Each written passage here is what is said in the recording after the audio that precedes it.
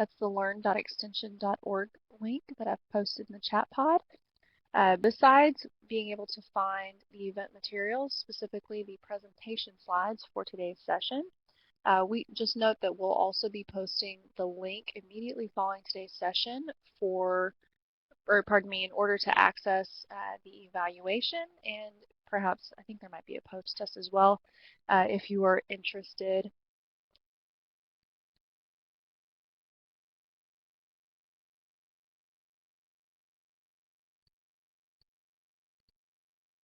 Sorry about that. I was getting a little bit of feedback from our secondary stream.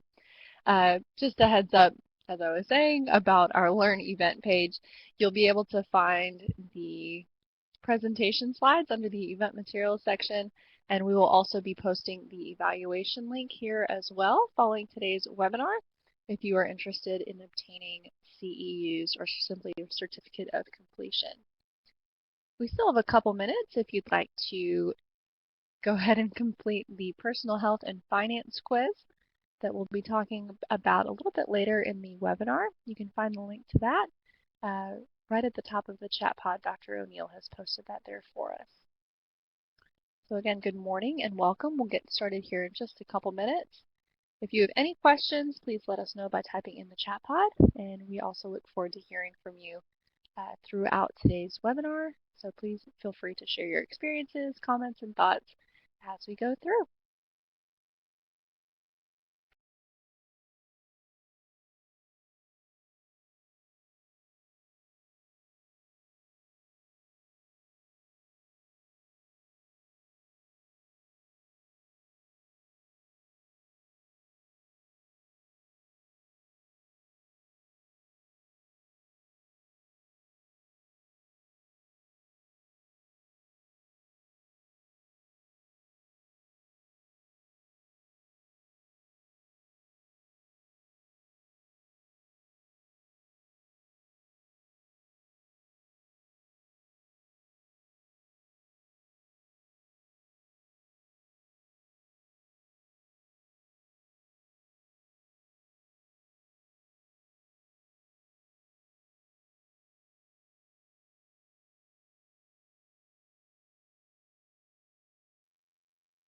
Good morning to those of you who are just joining us for this morning's webinar, Health and Wealth Relationships.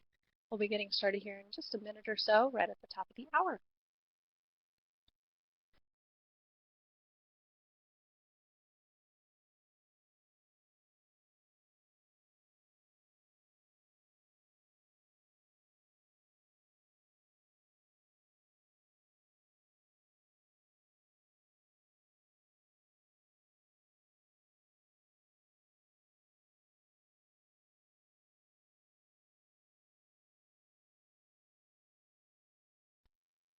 All right, it is now the top of the hour, so we're going to go ahead and kick things off for today. My name is Coral Owen. I'm the Professional Development Coordinator for the Military Families Learning Network, and it is my absolute pleasure to welcome you to today's webinar entitled Health and Wealth Relationships. We will be hearing from Dr. Karen Ensley and Dr. Barb O'Neill. This learning opportunity is brought to you by the Nutrition and Wellness and the Personal Finance concentration areas of the MFLN. You can find webinar resources, including the presentation slides, at our Learn event page, which is learn.extension.org/event/2677.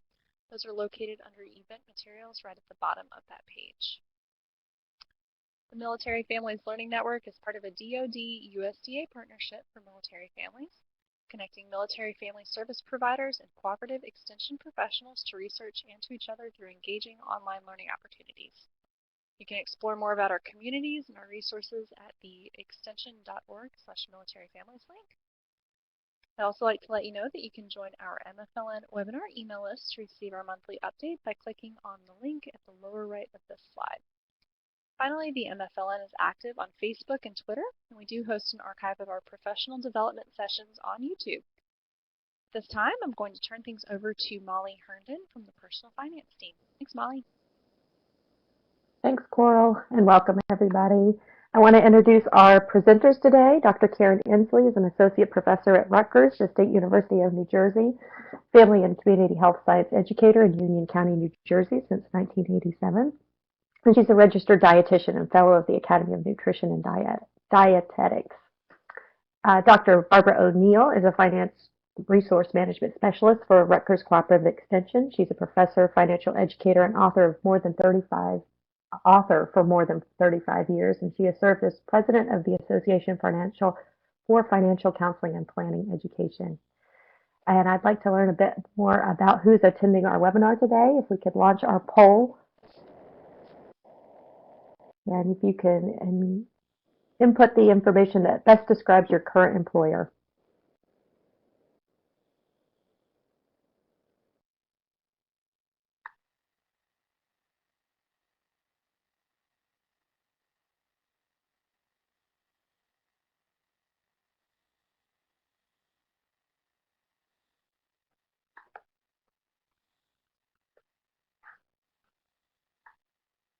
Okay, thank you so much. If we can capture that information.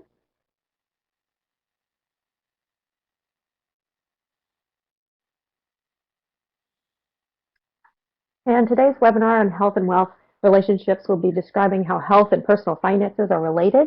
They'll be describing research findings linking health and personal finances. They'll be describing the personal health and finance quiz, and they'll be describing the small steps to health and wealth program framework, as well as the program materials and additional related resources. So we're excited to get started, and with that, I'll turn it over to Dr. Karen Inslee. Thank you. Sorry about that. Thank you very much. And we're going to start today with question number 1. How are health and personal finances related? And we'd like some feedback from all of you. How many of you have thought about the relationship between health and wealth? And we'd like some comments in the chat box. Americans have issues with health. We know the obesity rates are high, and we're seeing type 2 diabetes climbing. And in the financial area, we see high debt and low savings. So, LaCrystal, you said you have thought about this, as obesity tends to be higher in the poor areas. And that is very true. We see higher rates with certain populations, and we see both diabetes as well as obesity. Oh, lots of questions and comments. Jen, yes, being healthy can be expensive. Yes, so it is natural to assume that you have a solid financial plan in place. I would agree.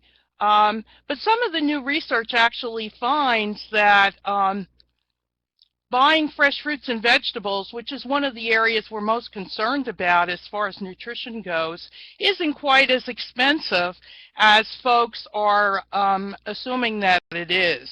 So eating healthy can be very, budget sensitive. And Jerry, good to hear from you. Yes, from the perspective of access to health care and financial resources, I would agree. And you've thought about, Kristen, this as far as access to food, which is great. Marianne, yes, a cycle of deprivation and ill health. Unfortunately, that's true. And of course, ill health then would lead into higher costs, healthcare costs, not just for that individual person, but for everyone. Because it affects all of us. Kristen, yes, you've thought about it as far as access to food. That's great. So we have lots of you looking at this issue of health and costs of health. And you're right, Robin, it does increase stress when you're worried about your finances. So we'll move on from here, and let's take a look at some of the similarities we see between health and personal finance. And our book called Small Steps to Health and Wealth, second edition, is a free online publication. And you can read all about the similarities and the research that goes along with these similarities in detail. So if we start taking a look at there's 20 some health and personal finance similarities and relationships that we've identified. So here are the first 4. And you know, nobody gains weight 10 pounds overnight. And nobody goes into debt overnight either. We also know that there is less stigma. When we look at obesity today, we are looking at so many people who are overweight. All of a sudden it becomes almost normal for people to see another person that's overweight. They may actually be in the obesity category or morbid obesity category, as we would classify them within the health structure, but we don't see it anymore. And that's a real problem. Because there is no stigma attached to it. People tend not to do much about it. Also, when we look at job productivity, there's a lot of discrimination of people who are overweight. There's also discrimination for people who are at different financial earning levels.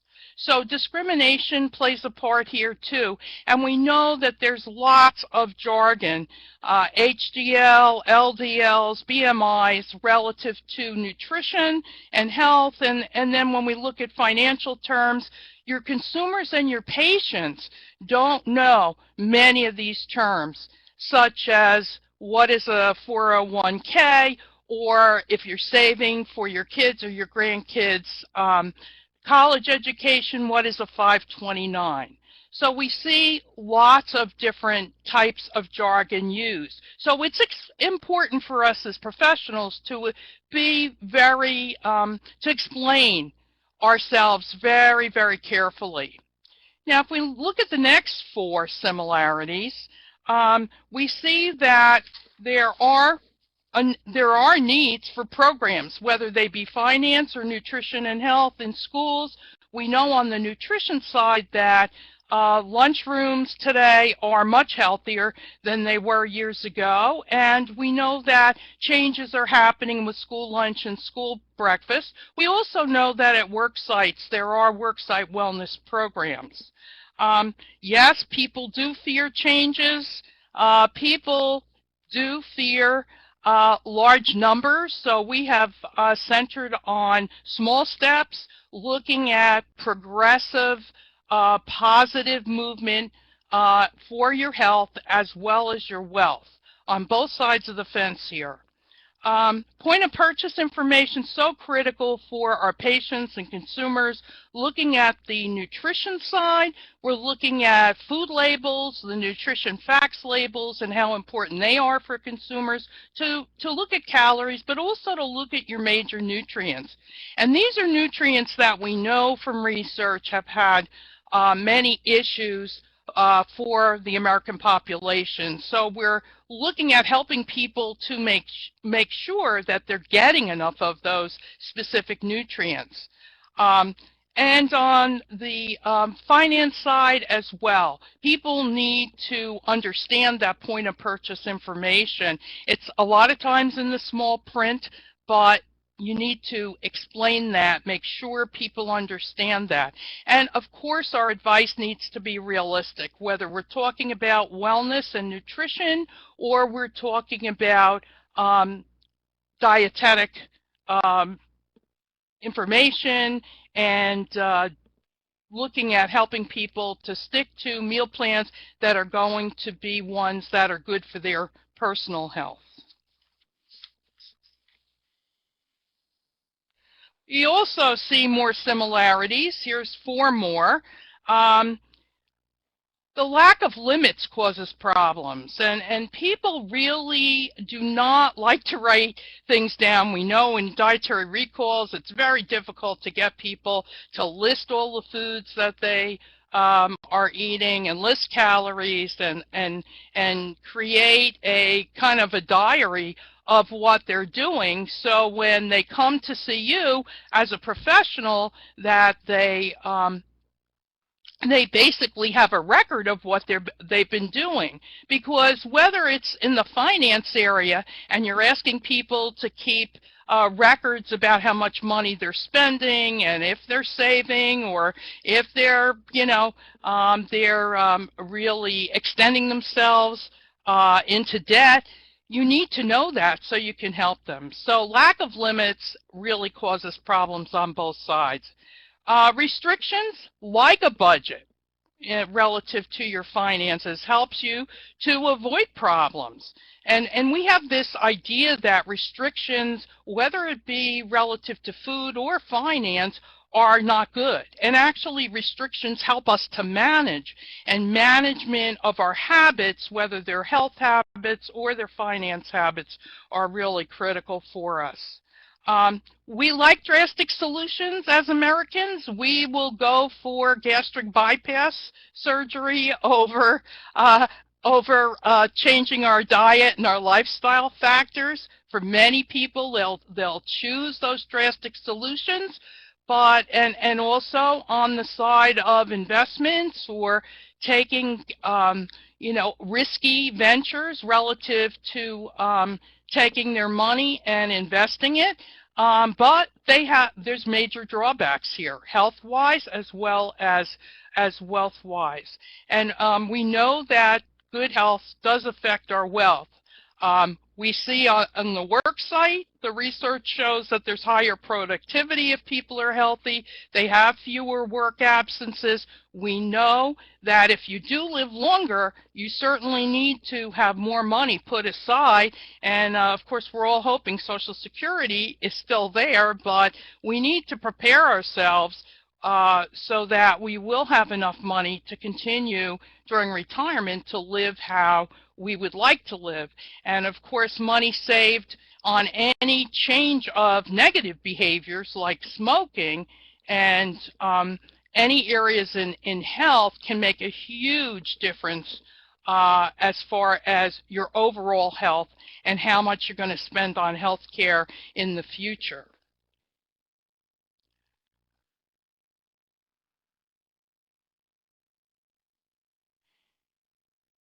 And yes, Jen, I see your content. Healthier people are able to work longer.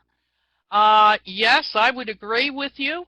And they'll feel better. And overall, you're going to see a lot of psychological and also social benefits, as well as your financial benefits and your health benefits. We look at longevity concerns. Yes. We know you're going to have to save more money for a longer lifetime. But if you have all your ducks in a row when you're younger, this should happen automatically. And so, yes, people want those quick fixes.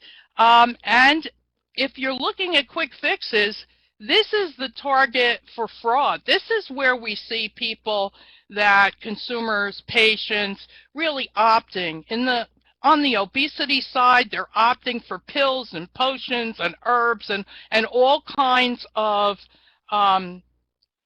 ways of losing weight quickly without eating a healthy diet, and then, of course, getting enough physical activity as well. We have denials. The research shows that people think they have enough saved in retirement accounts for the future, and they only have a few $1,000s if they have that much. And there's a lot of people that have absolutely no savings at all. And in the health area, there's a lot of denial about weight, and the fact that weight is really an issue that connects to poor health. And we all need to go and make sure we get our routine checkups. That's really, really critical. And so when we look at, the similarities, they just continue to show up. And finally, here's some more similarities. We have poor risk perception on both sides, health and wealth. And we know that personal traits, personal traits of good management, good planning, good goal setting, whether it be on the health side, sticking to a diet, dealing with a particular issue like gluten intolerance or diabetes or, cancer. Those traits are those personal successes are going to be dependent on how you manage your food intake, your lifestyle factors, your activity factors, and on the finance side, the same thing. You plan ahead, you set goals, and you will be able to achieve what you want to achieve financially and have enough money to do the things you would like to do in life. And there are many available resources that you can use, government resources as well as reliable agency resources out there. So, and there are lots of interventions available. In fact, we have a workplace wellness program that's online. My colleague Joanne Kinsey put together a 52-week online program that is sent weekly to individuals on their email, and it includes a 3 to 4 page newsletter on a particular topic. The first one, for instance, is on stress, and so you get an email with some good, solid, research-based websites to go to for information, as well as you will get this newsletter that has another 3 to 5 good websites to go to for more information. We know that education is critical for folks, whether we're talking either one of these two areas. So now if we take a look, at the similarities between health and personal finance, there is that area that when we look at advice, giving advice in either of those areas, if you're a dietetics, nutrition person, working with people, whether it's in a class setting or it's in a consulting role, or you're on the financial side of giving advice, classes, or as an individual practitioner, there are overlaps. So for the nutrition folks, what would you recommend to your clients or patients between looking at health and finance and these two issues rolled into the area of expertise that you have and the clients that you see?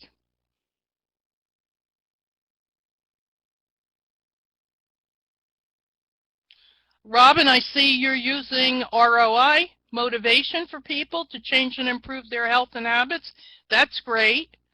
And Sue, yeah, moderation is everything. I would agree. And that's one of the areas. Balance and moderation, of course, always are important on the nutrition health side. Yes? And Jen is saying healthier people are able to work longer too. Absolutely.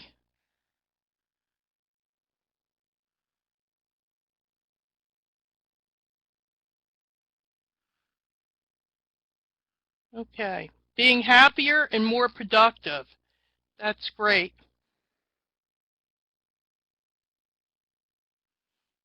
Okay. And Stacy said healthy eating isn't expensive. It's just that unhealthy eating is cheap. And very true. Very true.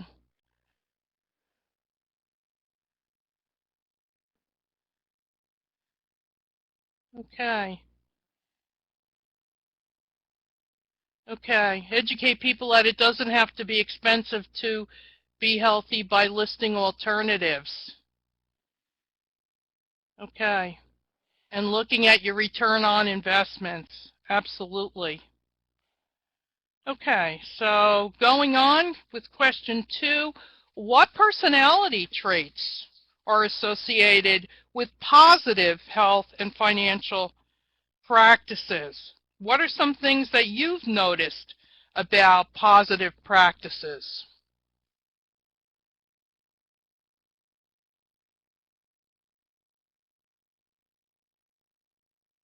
Okay, Jen says self-motivation. That's great. And Sue, yes, relaxation. You're no longer stressed. Great. Your ability, Suzanne said, ability to plan ahead. Absolutely. And Sierra, being organized. Saray, goal setting. And Ava, structure, organization, motivation. And Ramsey, being disciplined. Jessica, organization, time management. Being a planner. Joanne, thank you. And Stacy, often more aware, proactive, that education really makes a difference. And having positive financial practices, yes. LaCrystal. Determination, Deborah, yes. And moderation, balance, personal drive. And Tia, self-awareness, that's great. Being positive in general. Having patience, yes. All very, very important. And we're now looking not just at the physical aspects of both health and wealth, but also you're looking at the social and the psychological aspects. So how is you as a practitioner, how can you foster these positive personality traits? What do you use?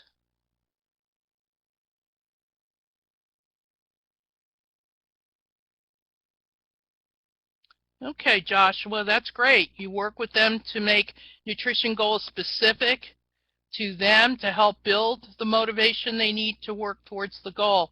That's great. And people like that individual help. And certainly that's what counseling is all about. And Tia, motivational interviewing. That's great. Determine what the client holds valuable. Absolutely. We always have to go back to the client, the patient, the person themselves, and look at what's going to be valuable to them. Coaching, Stacy, that's great. See what their dreams are and realistic steps that they'll take. And Saray, develop action plans linked to the goals and values. And that's so important in both areas. And Molly loves the motivational interviewing. It's a great start. Tricia says, set an example. Absolutely. We need to set examples and be good role models for our clients, our patients, and those we work with.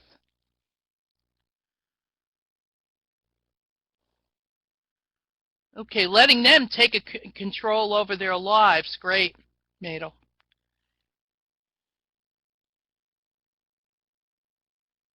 Okay, so learning more. Coral just put up the to learn more, another event that has taken place that you can access. Listening to the client, Tia, absolutely. And was a recent webinar on motivational interviewing that you could go back and take a look at, so that's great. And also a webinar on positive personality traits of financially fit people.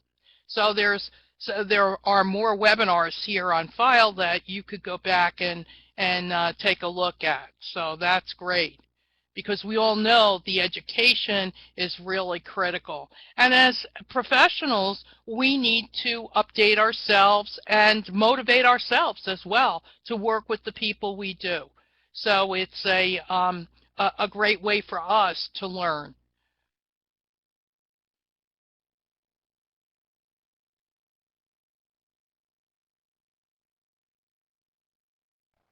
Yes, and Jerry talks about being mindful, and certainly being mindful in both areas is very, very important in the health and wealth areas. And now I'm going to turn it back over to Barbara, and Barbara is going to be talking about some of the research findings on health and wealth. Okay, so we actually have this webinar kind of divided into 4 sections. So Karen's kind of given you the overview of the health and personal finance relationships. I'm going to report on some research. Then Karen's going to come back and walk you through some of the behavior change strategies that are part of the Small Steps to Health and Wealth program. And then I'll finish up with some resources and further information. So let's talk a little bit about the research. First of all, this is just financial research, but I think it has a lot of implications for health and wellness as well.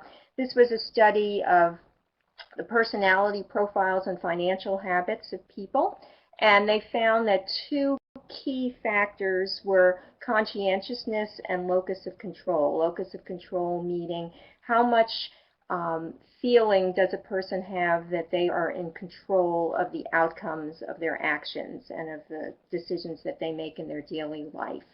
And Karen and I, along with another co-author, have recently just finished a paper looking at conscientiousness related to reading nutrition labels. And we really dug into some of the literature in the health field and found that many people who do that are also very conscientious and attuned to the recommendations that are put out by the dietary experts.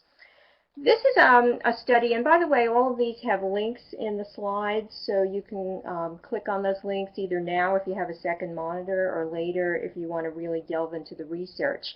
So this was a study that looked at relationships between how long people live and their health habits, and then what does that cost them. And what they've actually found is that the people who are healthier, that have the good habits, that are eating right, that are getting physical activity, the non-smokers, they're actually going to need more money. And it sounds counterintuitive because you would think that the unhealthy people would be spending more money over their lifetime. But the key words are over a lifetime.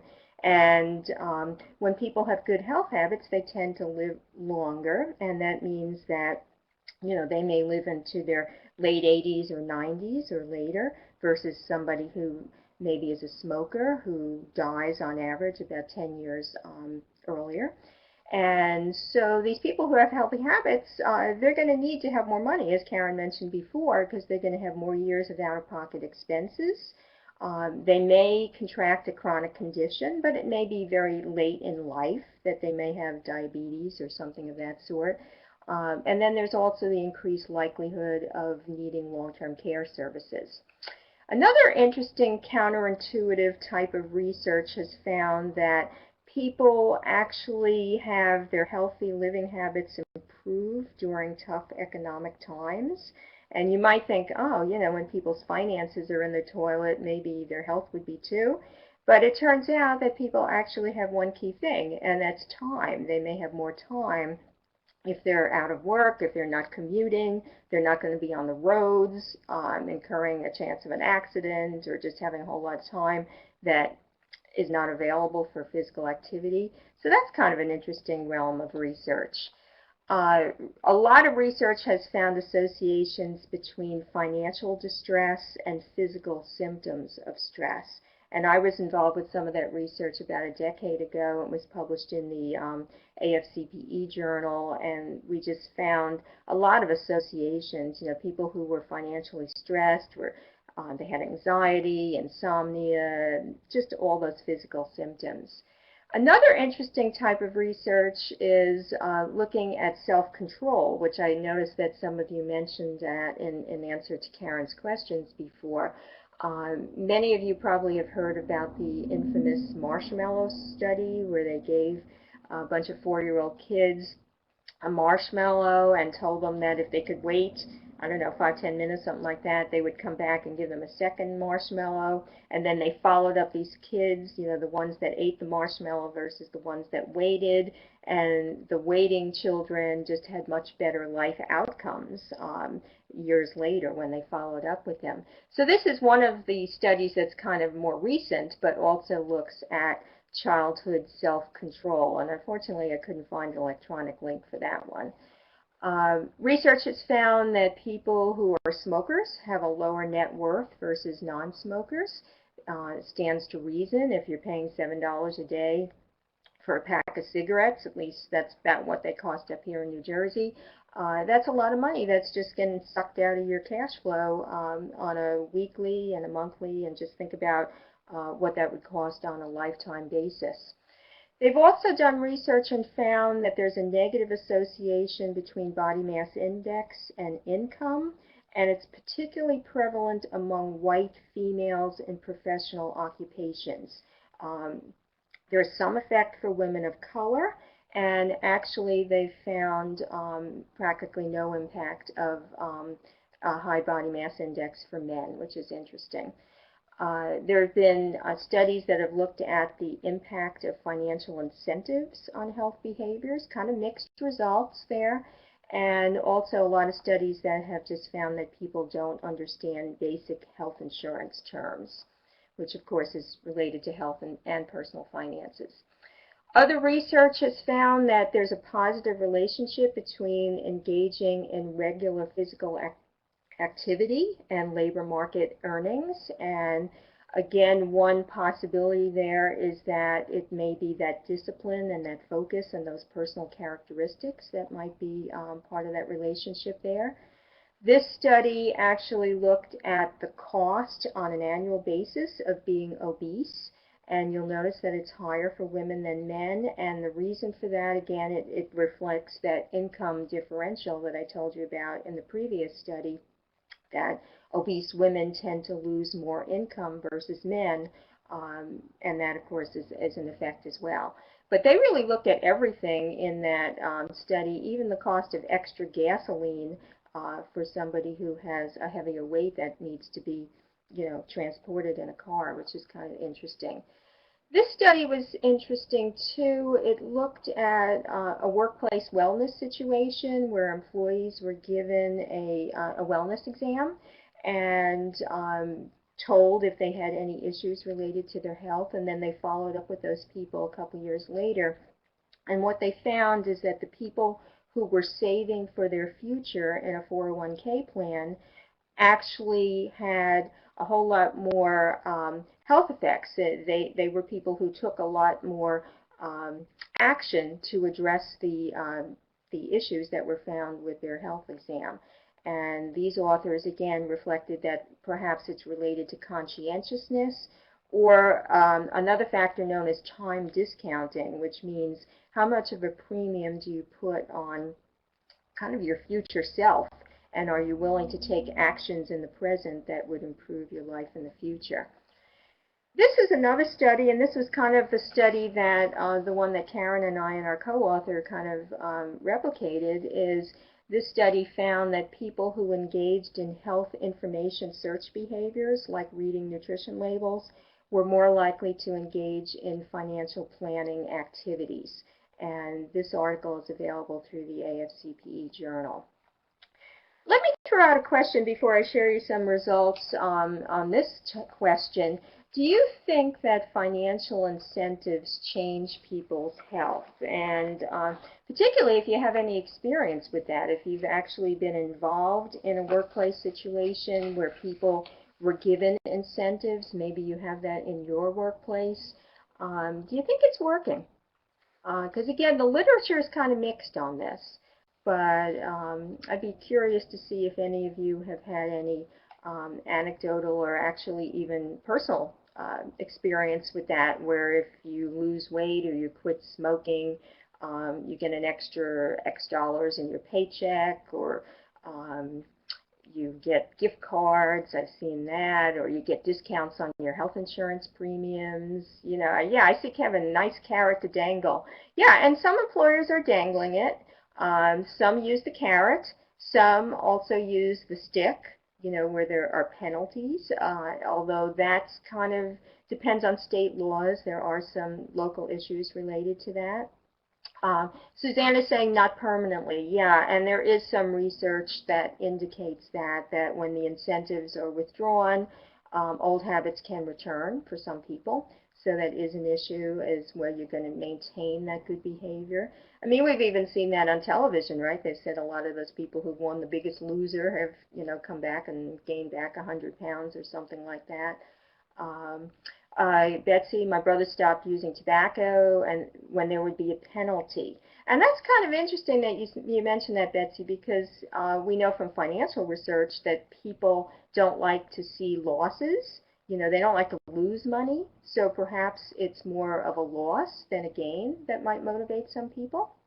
And LaCrystal has some anecdotal uh, information there too, lowering LDLs, incentivized by a lower premium. Okay, so keep those kind of coming, because it's kind of an interesting conversation to have.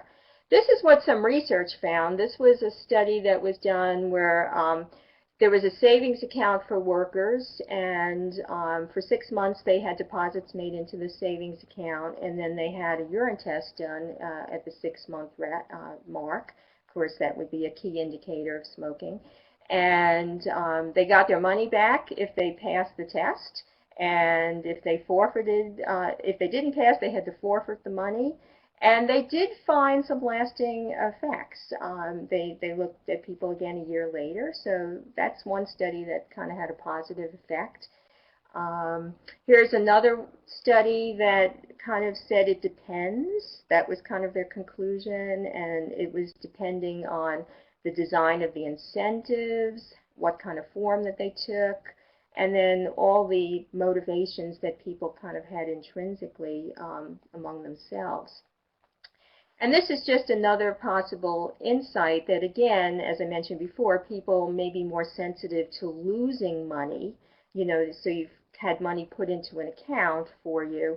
You might be more motivated not to lose the money than you would be to simply to get money in the future. And there are a lot of insights in the behavioral finance loss aversion literature that could be applied, interestingly enough, not just to personal finances, but also to health behaviors as well. I want to tell you a little bit about the Personal Health and Finance Quiz. This is where we've been doing some research at Rutgers Cooperative Extension. Karen and myself and another colleague, Jing Zhao, at University of Rhode Island. And we believe it's the first online quiz that is available for public use. There may be some quizzes out there that workplace wellness providers are using, but they're kind of proprietary tools.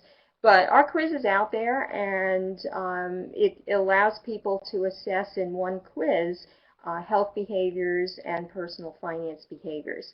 So we're using the quiz for 3 purposes. We have it out there for people to use, and we've had thousands of people that have taken the quiz since it went online 2 years ago in July 2014. We use the data for research, and we also have some extension educators who are using the quiz as kind of a pre and a post test before having a program.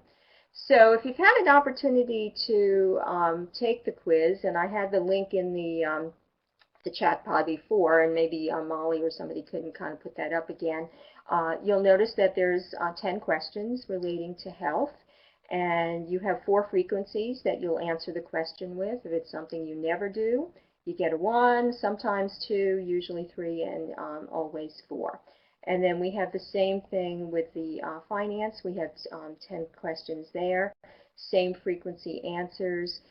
Obviously, the interpretation is that if you're getting more 4s, that means you're doing things, a lot. It's like always. It's part of your behavior. You're going to get a higher score, which of course means that you're in better shape. I will point out with the quiz, though, when it was designed, it was not necessarily at the highest level of behavior. Kind of goes back to our thinking about small steps and starting where people are. So if people are just taking small steps, like saving the equivalent of $1 a day or investing $10 daily, or the equivalent of that, those are all small steps. They may not be the maximum steps that people should take, but they're moving people in the right direction, and that was our philosophy. So you can take the quiz online. There's the link. You can also print out a copy if you prefer to do it that way, and then what you will do, of course, is get your score and identify areas for possible improvement. So I don't know if any of you had a chance. We had the link in the chat pod before we actually began the webinar. If any of you did have a chance to take it, I'd be curious to know what were some of the health items that you scored highest on. So what were some of the things that you were doing right on the quiz? So maybe it had something to do with getting 7 hours of sleep a night or reading nutrition labels. What were some of those things that would be things that you're doing? And then the same thing on the financial side, if any of you had a chance to take the quiz, what were some of the financial items? And then my last question related to the quiz is, rather than calling it weaknesses, we'll just say what were some items that perhaps you would want to take action on. For example, in our research so far, we've found that reading nutrition labels is decent score. The thing where people kind of fall down the most on the health side is getting those fruits and vegetables, the recommendation for daily consumption on that regard.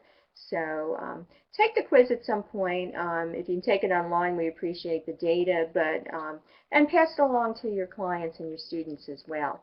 So what we have found so far in the research is when we pulled this first set of data, we found a decent, moderate, positive, statistically significant correlation between the health behaviors and the financial behaviors. As I said before, the lowest quiz score on the health side was the fruits and vegetables, and the lowest on the financial side was following a spending plan or a budget. And we did indicate that it should be a written or computerized spending plan. You know, people would actually have to put some numbers down on paper somewhere. We've also done some research, and we had a paper actually that just came out last week, so I didn't get a chance to change the slide. It's in the Journal of Personal Finance, and we looked at relationships between behaviors that involved a timed expenditure or avoidance of negative things, like avoiding payday lenders, avoiding sugar-sweetened beverages. That's what SSB stand for. And we did find some weak but statistically significant positive relationships between those. We have another study that we it's under review right now, hopefully forthcoming publication, where we looked at budgeting. And if people are budgeting their money, are they also taking actions to so-called budget their calories by you know, having no sugar-sweetened beverages, low-fat dairy products, and those sorts of things. And then we just submitted recently an article where we are looking at nutrition label reading, as I mentioned before. And we have a graduate student who's working on a master's thesis. She'll be using the quiz as kind of a pre and a post test for a series of extension classes in Kentucky.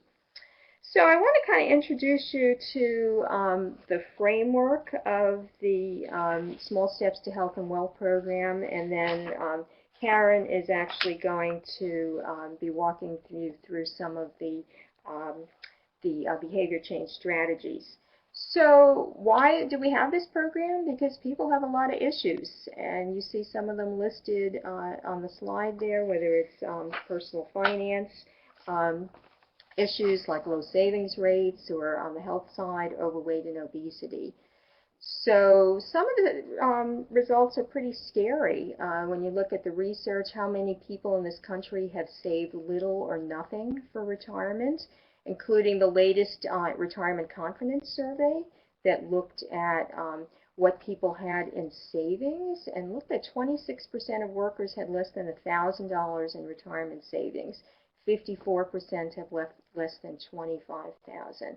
So it's pretty scary. And then the Federal Reserve had a study recently and just talked about a quarter of American households are struggling, just trying to get by. 13% struggling. That's a lot of people. And again, they found too that people had very little saved for retirement. And then on the health side, we've seen a lot of studies. This is one from the CDC, looked at how many people were smokers, and again, the obesity and overweight statistic that many of you are familiar with. And then also the fact that a lot of people are kind of sleep challenged, if you will, as well. We also know that health and wealth usually top the list every year when studies are done of the top resolutions. So you can see here that, number 1, lose weight, number 3, spend less, save more, and number 5. So 3 of the 5 top resolutions had something to do with health or personal finances. You can read a little bit more about health and wealth. These are some links to articles that we've had published over the last decade relating to small steps to health and wealth, and just the relationships between health and wealth, and research studies that have investigated those relationships. And then our elevator statement. As I kind of lead into Karen, she'll take over on the next slide. This is our elevator statement for small steps. We like to encourage people to make positive behavior changes and simultaneously improve their health and personal finances. So with that, I'll turn it over to Karen to kind of walk you through some of our favorite behavior change strategies. Okay, thanks, Barb. These are the 25 health and wealth behavior change strategies that are also the 25 chapters in the book. And what's great is that each of these chapters has actual worksheets to go along with it, so that folks can track, for instance, their current, number 1 is track your current behavior. They can track both their money and financial, as well as on the other side of the sheet, they're tracking their food intake, they're tracking their calories, etc. So each of these 25 strategies include worksheets that look at both at the same time, which is different than anything else Barb and I have seen that's in print. So, and one of the things that's important to remember are all of these strategies are based on research. And I'm just going to walk you through a couple of the strategies so you get an idea of what is included in the chapters. So here's some of the personalized worksheets. These are the topics of the worksheets. And again, looking at both the financial side as well as the health side. And we like to think of the 25 strategies just like if you go into a New Jersey diner, they have this huge menu, and there's lots to choose from.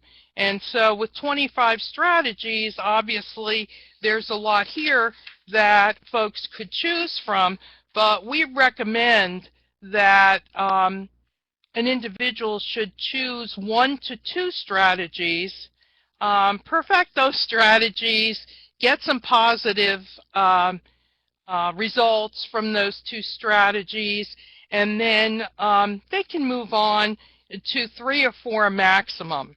But not to try. Again, it's a small steps approach. You don't want to have too many, try to work on too many at one time before you get that positive movement forward. So here's number 1. This is the first strategy. And some of the main areas here would be to get your client or to get the consumer to actually track what they're doing on both the health side as well as the finance side. So an example would be using a pedometer. And we know from the research that people who use a pedometer, and it might be hanging on your belt or it might be in the form of a watch today, that folks are walking more, they are exercising, jogging more, if they have a way to monitor that exercise. It also allows people to track their food and their calories, and it also lets them track monthly income, expenses, cash flow. So tracking is important. Managing it, writing it down, as I said before, earlier, is a very critical part of having some results positive results for your, for your current behaviors. Number 5 is defy someone or defy the odds. And when we're kids, I'm sure your parents said to you, told you some not to cross the street or don't go by that stream behind the house because they were afraid for you something might happen. But defying sometimes has a negative connotation, but it also can have a positive connotation. And if you make a bet with somebody, you're going to lose weight, and you win it, folks who are competitive, defying someone or defying the odds may work very well for them. And they can prove someone wrong. Somebody says you're not going to be able to lose all that weight, they can prove somebody wrong. So it becomes a motivator to some people. And number 6 is you want to think balance. And whether we're talking about health or wealth, we know that balance is critical. And we know that if we burn more calories than we're consuming, we will lose weight. And just the opposite, if we're eating more, which tends to happen with a lot of people today, they don't have no idea how many calories they're actually consuming. And an interesting study, if you know Dr. Rolls from Penn State, she did the macaroni and cheese study, where the more they put in front of folks, the more they ate. So if they put 5 cups of macaroni and cheese in front of somebody, whether they were normal weight, overweight, underweight, if they were, young or older, it didn't really make a difference.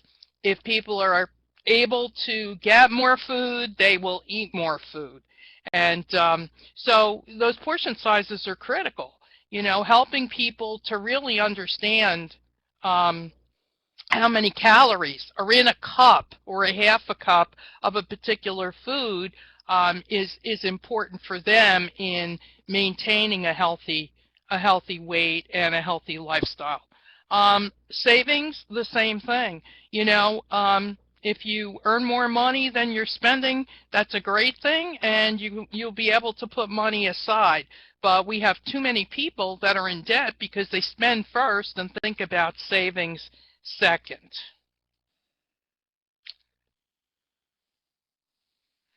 So now, if we take a look at progress, making any progress, of course, we say any small step to improve your health or increase your wealth is better than doing nothing. So when we're looking at both of these areas, we're looking at not just physically what's happening physically to people, but we're looking at what's happening to people psychologically and socially as well. And if people are in a positive state of mind and they can come up with some positive affirmations and state those affirmations every day, and maybe post them on the mirror in the bathroom or on the refrigerator in the kitchen, that helps people to actually achieve what they have set out to achieve. So affirmations work well. Having daily learning activities, making a conscious effort to learn something new every day and to practice those better habits, very important. And also that written action steps and goals are really important as well. So they will help to motivate folks and also to help people to actually move ahead, taking small steps at a time.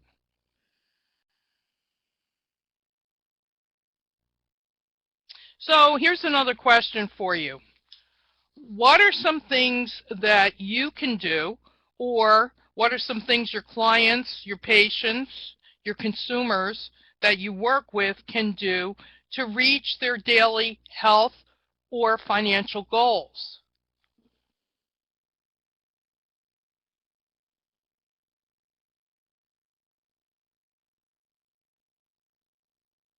Okay, here Barbara is talking about the Google app that reminds you to get up from your computer and walk around. It's called Move It. Sounds great.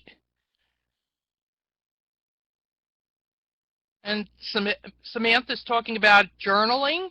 So you have a written record of what's happening for you as an individual.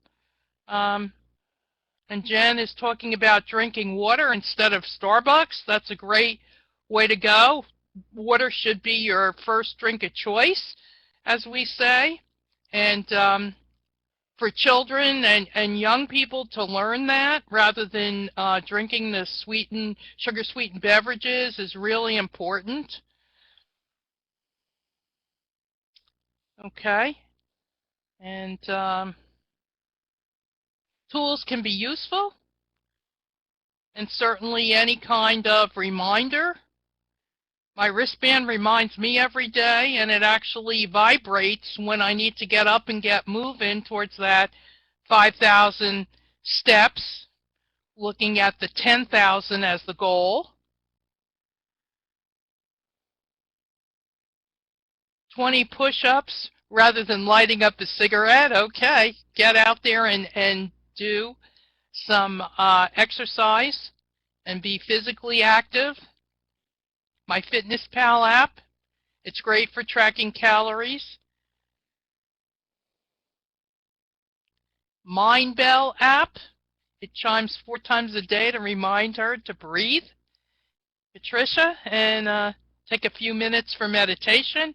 Great. Joanne, incorporating small goals and doing small bits at a time. Absolutely. Having simple goals, adding vegetables to meals to prove themselves change is possible. Absolutely. And when we look at, adding vegetables, hiding them, we have some research showing that that's a good thing. We can get the kids to eat the zucchini if it's in zucchini bread, but they won't eat it as a vegetable. And there's some benefits of doing that. And then other folks in the research area say, no, they should know what the real vegetable tastes like and looks like. So there's two sides of the fence there, but we've got to get folks to eat more fruits and vegetables. And what we're seeing in the schools with nutrition education is that kids are really buying into fruits and vegetables. That's not really the problem. The problem at this point is when they go home, they're not in the refrigerator or they're not on the shelf at home, and the parents are not used to eating them and don't know. I mean, the kids sometimes are going home and teaching the parents today. So we know that this area is an important one for people to take small steps to, increase their food intake. And talking about mindfulness, Tia, being mindful is really critical, and on both sides, the wealth side as well as the health side. And certainly if you're mindful about what you're eating, it's not so much the fact that, every single food is in the healthiest category, but being mindful if you do have some sweets or you do have some snack type foods that aren't the healthiest, that you eat small amounts of them and you're mindful of what you're eating.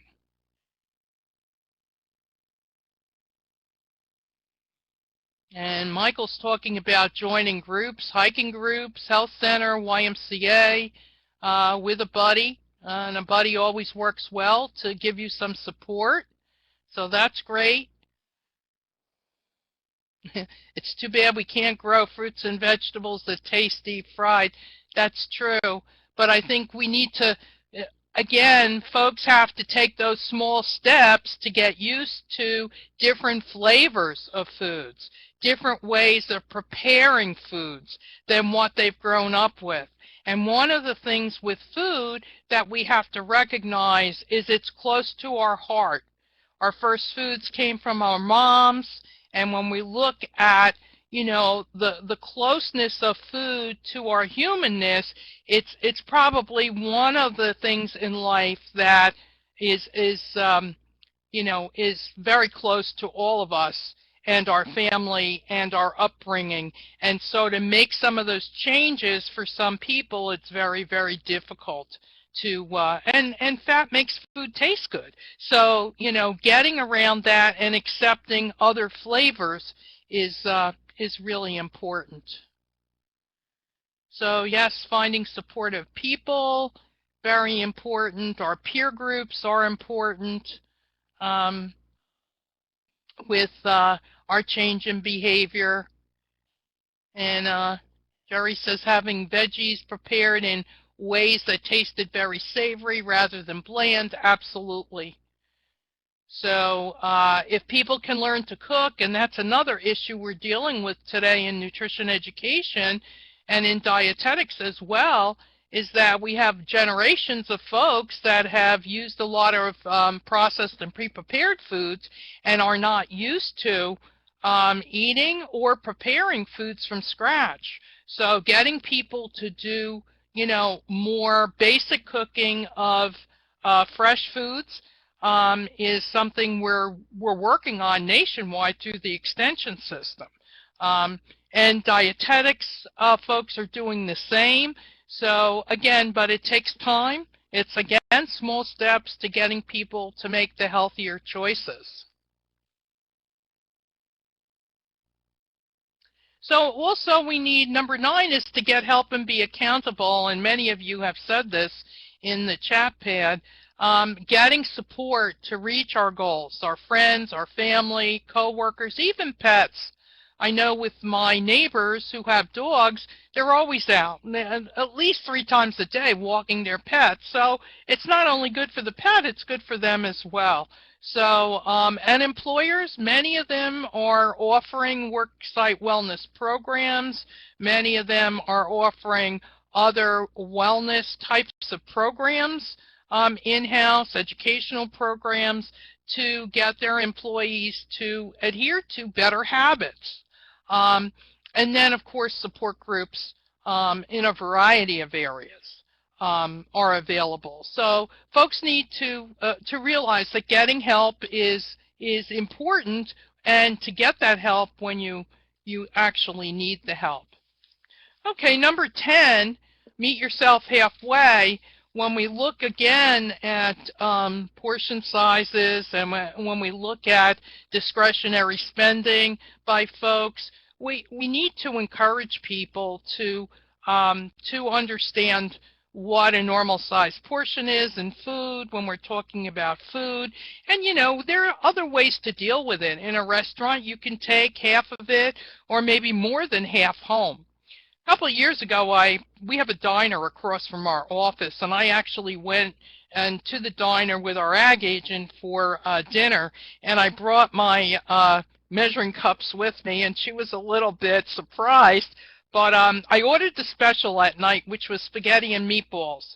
And the spaghetti, the number of cups on the platter, it was actually a platter, not a plate, that was put in front of me, was 5½ cups of spaghetti and 3 huge meatballs that were at least between 2 and 3 ounces apiece. Now that meal basically could have been divided not just in half, it actually could have been divided in thirds. And people around me were looking at me with my measuring cups, but they also were eating their whole platter at one time. So taking food home, using it for another meal, just make sure you're using food safety, make sure it's, you get it in the refrigerator within a 2-hour period, is the way to go here. And definitely you want to reduce discretionary spending, we need to live within our means, not beyond our means. So, and we need to get out of this feeling of being deprived if we can't eat the whole thing, or we don't have what we want when we want it. We see the car on an ad on the TV set, and then all of a sudden we're out and we're signing up for a lease to lease the car, and that might not be your best bet. Might be better to save some money and, buy the car on a loan, or save the money totally and buy it in cash. So people need to look at their options, and they also need to, not feel deprived when they can't go out and spend, upteen dollars for something new. And, following the Joneses, unfortunately, a lot of people, because of advertising and marketing, they're really spending beyond what they should be. Karen, this is Barb. We're just going to need to pick up the pace. We only have about 20 minutes left, and we got a lot of slides. So if you can just kind of gloss over and give the highlights of the rest of them, that would be great. Okay. All right. So we have number 12 here, converting consumption into labor. And this is looking at hours spent on both sides. And expert recommendations can be used as your guidelines to look at both of these areas.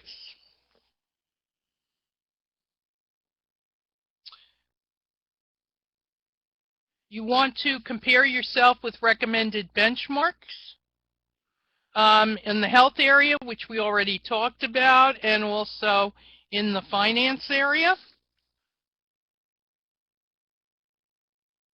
We want to automate good habits, and we want to make sure when we automate, people do get health screenings. They do, on the finance side, to do investments. Probably the best is to have money taken out of your paycheck and put into a savings account immediately before you even see it. And that would help to automate and create a savings account for you. Living the power of 10. 10 is a very powerful number, easy to multiply, divide, remember, and it has impact over time. So looking at weighing the costs and benefits of changing, we need to see the benefits of change. That's very important. So again, that balancing of looking at taking action when needed, and of changing so that the positives outweigh your negatives. And stepping down to change. When we look at, if we use milk as an example, stepping down to change would be helping a client or a consumer to move from, say, a whole milk to a 2% and then a 1% and then back to a fat-free alternative. So we don't want to cut out something completely, but it's a way to take small steps and find a better alternative.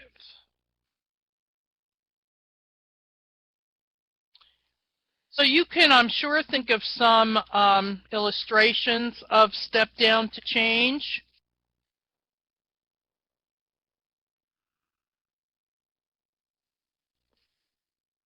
And I'm just going to move on from here, because there are many, whether we look at the finance side or we look at the health side. And then, of course, number 21 is to kick it up a notch. So you might want to ramp up, say, your physical activity, or you might want to transfer your credit card balances for a lower rate. So on both sides, again, this is getting people to then, after taking the small steps, to really to work harder to complete their goals on both sides.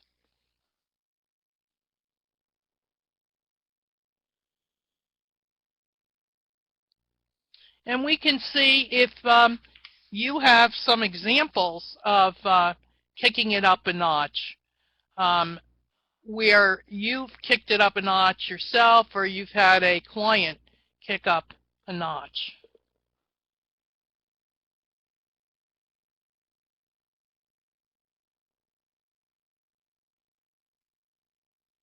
And here are some challenges that Barb has put together that really can help people to save some money. This is a 52-week challenge, starts with $1, and it's $1 a week, and then it ramps up. You add $1 on each week, and it ramps up to 52 weeks, and you have $1,378 saved at the end of the 52-week period. So that's something that if we get, especially young people, to start doing, get used to doing, it's going to benefit them in the long run. And then there's several other challenges. This is a 52-week youth challenge, and then there's a 30-day $100 challenge as well. And these are all online, so you can access them. And then we just want to set a date and get started. Doing does it, or just get moving and take the time, prepare, identify some of your obstacles, set up a plan of action, and a realistic start date or a quit date, and then go public with it. Make a commitment for change, and you know, by writing it down again, making a commitment contract is what is going to help you to achieve that. And here are, you know, again, the strategies, or 25 strategies, and again, select 1 or 2, maximum 3 or 4, and then looking at which strategies you like the most. And then we're on to taking a look at program materials that are offered by, through the Small Steps to Health and Wealth program. Okay, so that's my section here, and I'll kind of close out the webinar. So if you still have suggestions for ways to kick up a notch or to scale back a little bit on certain things, step down to change, by all means keep putting those in the chat pod. So we wanted to end up giving you some resources that you could use in your own programming if you're counseling people one-on-one, or you're doing briefings or educational programs, and you want to explore some of these relationships between health and personal finances. So the first resource is the workbook, which, as Karen mentioned, is in a 2nd edition, and you can download it for free of charge on our website. We convinced our publisher at Cornell University that doing this would be good because it might actually drive sales to the book. Because if you were to print out the entire book, it would probably cost you more for an inkjet cartridge than it would to buy the book. So you'll notice on the website that you can also order the book from Powell's Publishing up at Cornell. But you can print out individual behavior change strategies. So if one of those really appeal to you, whether it's kick it up a notch or step down to change or convert consumption into labor, you can just click on that individual link. For any of you doing work with youth, either in a 4-H program or in schools, we have a youth curriculum that was developed by Jennifer Hunter at University of Kentucky. And then we also have an older adult curriculum that was developed by none other than our military families personal finance team's leader, Marty Gillen, at the University of Florida. So those are specialized curricula for those particular age groups. Our website has lots of different things on it. We have daily motivational messages if you were to run a competitive challenge and you want to just kind of send out messages. Many people are now using text messaging for short messages. I know I signed up for America Saves, and I get the text messages as an American Saver. So they would be very adaptable for that type of use. There's information about the book itself. We actually have a blog going through a colleague, Patty Wooten Swanson in California. There are podcasts and videos that have been put on the website, and then all of our scholarly materials, our journal articles, and our abstracts that have been published. So they're also up on the website as well. So each month, Karen and I publish a monthly health message and a financial message. And they are out there. You're welcome to use them if you want to tweak them, if you have any kind of newsletters that are going out, again, through your place of employment. You are certainly welcome to adapt those for your use. And we've had them up for since 2007, so we're going on 10 years now that we've had those monthly messages. And there's 2 sections, health and personal finance, and then you can see the titles for each of those. We're also encouraging anybody who would like to be a guest writer. You know, Karen and I have been doing this now for almost a decade, and we always welcome people who might want to be a guest writer. So I mentioned that particularly in case there are any military spouse fellows that might be listening that need to get some hours towards your requirement for your certification. Look us up and we'd be glad to give you that opportunity to do that for Small Steps to Health and Wealth. As Karen mentioned, we have workplace wellness newsletters. This was developed a few years ago. We already had a program going on with Karen and her colleagues who had developed some materials for workplaces, and we needed some more. So we converted each of the behavior change strategies into its own newsletter, and then of course there was an introductory newsletter as well, making 26. So for a whole half year, people were getting those newsletters.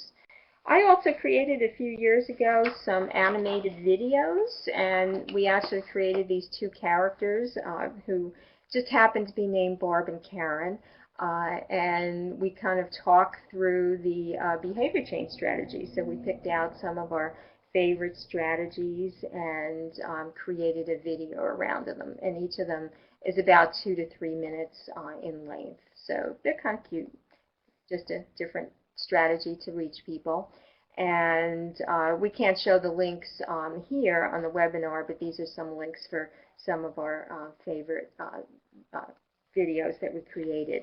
We also have these downloadable posters. There's actually 4 of them that we have on the website, and they were actually created by Tennessee Saves as part of their outreach effort during America Saves Week.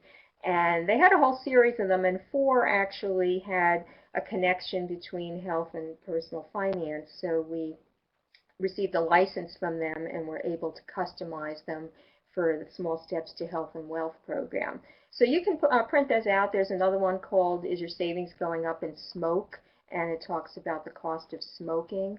You may find those useful in your programming. There's also a company up in Boston called Advantage Publications, and we had them create a few years ago these calculators. They took one of their existing calculators and kind of refined it for Small Steps to Health and Wealth, and it just shows what these small, what David Bach refers to as the latte factors or the nibblers, you know, the things that kind of suck money out of your budget on a day-to-day basis, how much you could have if you took that money instead and repositioned it toward savings. So these are really good to use either in a counseling session or in a class where people can kind of work through the calculators and really see the numbers. I use these with my class at Rutgers. We created about 6 years ago the online challenge, and we don't have a formal challenge going on right now with prizes, but we do put up every year the non-competitive challenge, which runs from January 1st to December 31st. And we encourage people to, if you have a group of people that would like to do a challenge, to get them to go online and to use the challenge, and maybe throughout an installation, let's say, you could have some prizes or have some recognition events for people based on the number of points that they log in. The challenge is kind of nice because it shows your points versus the average of everybody else who's doing the challenge, so you get to see some comparison between yourself and your peers. These are just some other resources that are out there that are health assessment tools. When we were putting the personal health and finance quiz together, we wanted to make sure that there wasn't such an instrument already out there. So we did a pretty extensive search. And like I said before, we couldn't find anything that in one instrument looked at people's health and finances, but we found some good instruments that looked at each area separately. So these are some things that are out there on the health side. There's the Healthy Behaviors Quiz. The Academy of Nutrition and Dietetics has a list of games, quizzes, and videos. There's a nutrition and activity quiz through the American Cancer Society. Live Well Colorado has a quiz as well. So these are some additional tools that you might look at. And then on the financial side, we've got the Financial Fitness Quiz at Rutgers Cooperative Extension. We've had close to 50,000 people that have taken that quiz, and it's, again, one of our 6 quizzes. We actually have 6 of them, so you've heard about 2, the Financial Fitness Quiz and the Personal Health and Finance Quiz, and then we have others relating to identity theft and credit use and financial resiliency and investment risk tolerance. So those tools are all out there. Virginia Society of CPAs has a financial fitness quiz. We found a few others, and then America Saves has what they call the Saver Checklist that is what they're using to kind of assess people's behavior. Another tool that we have on our website, and you've got the link there, which actually takes you to the internal website. So we're sharing with you today that secret link that we've pretty much just had available for extension educators, but we want to make it more available to anybody who's on our webinar today and is interested in teaching health and personal finances in an interdisciplinary way.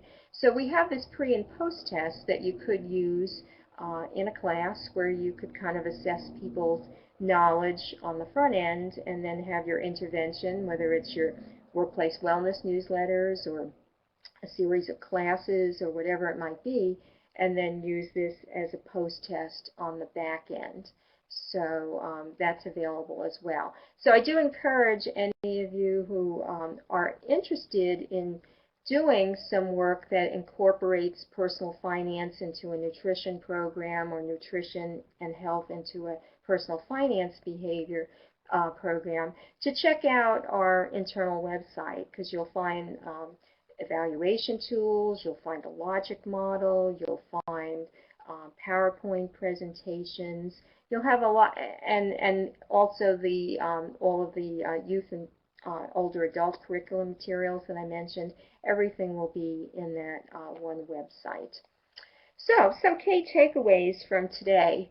I think hopefully after 90 minutes you've come to see how closely interrelated health and personal finances are, whether it's behaviors related to health and finances or the impact of decisions made in one domain of a person's life on the other domain of a person's life. You know, there's 3 things that are very integrally related in people's lives, and it's their health, it's their personal finances, and then it's, of course, their time, because time is related to both, whether it's time to prepare a budget, time to do some physical activity. So these things are all related. Also, that a lot of research has found that personality traits, conscientiousness, discipline, focus, whatever you want to call it, impact health and personal finance behaviors. We've also established that many Americans have health and personal finance issues.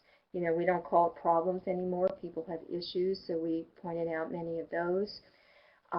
Another key takeaway is that the quiz is available to help people assess their performance of these recommended health and financial behaviors. And then, of course, the Small Steps to Health and Wealth program is available to teach some of these behavior change strategies in an interdisciplinary way. So just to kind of end up my section before I turn it over to Molly to close us out, I happened to be in New York City some years ago and saw this sign. It was actually a health food sign, a store somewhere in New York City, and they used this quote that is attributed to Virgil in the years, BC years, so way more than 2016 years ago. Virgil was attributed to saying, "The greatest wealth is health." And it is so true. Those of us that are working in the personal finance side, all the money in the world is not going to do you any good if you don't have good health habits, if you're not a healthy person. So it's so important to have both areas of people's lives addressed in counseling. One thing I will say is that there's a great financial planner out there, Carolyn McClanahan. If you haven't come across her, she's really a wonderful person who, like Karen and I, is linking health and personal finance. She's a doctor who became a CFP, and she recommends saying to financial planning clients just to open up the conversation, because it'd be kind of awkward to be talking about investing and then kind of do a 180 and transition to health. A good icebreaker is just say to people, tell me what you're doing to take care of your health. You know, it's a very open-ended question, it's not accusatory, and it can just get people talking about some of those health habits that can affect their personal finances. So with that, I'm going to turn it back to Molly, and she'll close us out. Thank you. Thank you, Dr. O'Neill and Dr. Inslee, for your presentation today. We'd like to invite you all to join our private moderated LinkedIn group. It's a place for service provider partners to have some conversations around the different topics that we cover in the MFLN. And if you are interested in continuing education credits, they are available for both financial educators and nutrition and wellness professionals. Please complete the evaluation. The link is at the bottom of the screen, and I'll share it in the chat pod now. And please be mindful that at the end of the evaluation, you can select the link for the finance quiz or the certificate and process for the nutrition professionals. So there are two different links at the end of the evaluation. Please select the one that applies to you to receive your CEUs. Our next webinar for personal finance folks and for anyone who's interested in learning more about military retirement is on November 1st at 11 a.m. We invite all of you to join us again. And for nutrition and wellness folks, they're going to be talking about celiac disease and gluten intolerance on February 14th. So if you want to save the date, I know those are some great topics to talk about. I'll turn it over to Coral. Thank you all for joining us today. Great. Thank you so much, Molly. Alrighty. There we go. Thank you so much, Molly, for those closing announcements. I'd like to thank Dr. O'Neill and Dr. Inslee once again for sharing their expertise with us today on health and wealth relationships. We will leave the room open for another moment or two if you would like to ask any remaining questions. I'd also like to invite all of you to check out any of our upcoming or recorded webinars covering not only the areas of personal finance and nutrition and wellness, but also military caregiving, family development, family transitions, network literacy, and community capacity building. LaCrystal, there is a link in the important info pod just to the right of your comment. And Jen Sheelick has also just posted that learn.extension.org link. If you scroll down to the bottom of that page, you'll be able to find a copy of the PowerPoint slides, as well as the other links that were mentioned during today's webinar.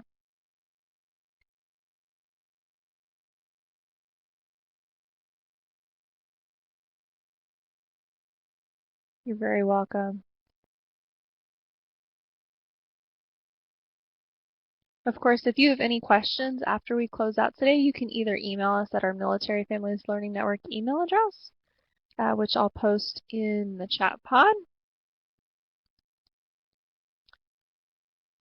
or you can contact the Nutrition and Wellness Concentration Area. Robin Allen has just posted their contact info, and then Molly is also the point of contact for personal finance folks. Molly, I don't know if you want to post your email in the chat pod in case folks need to get a hold of you. Great, thank you. If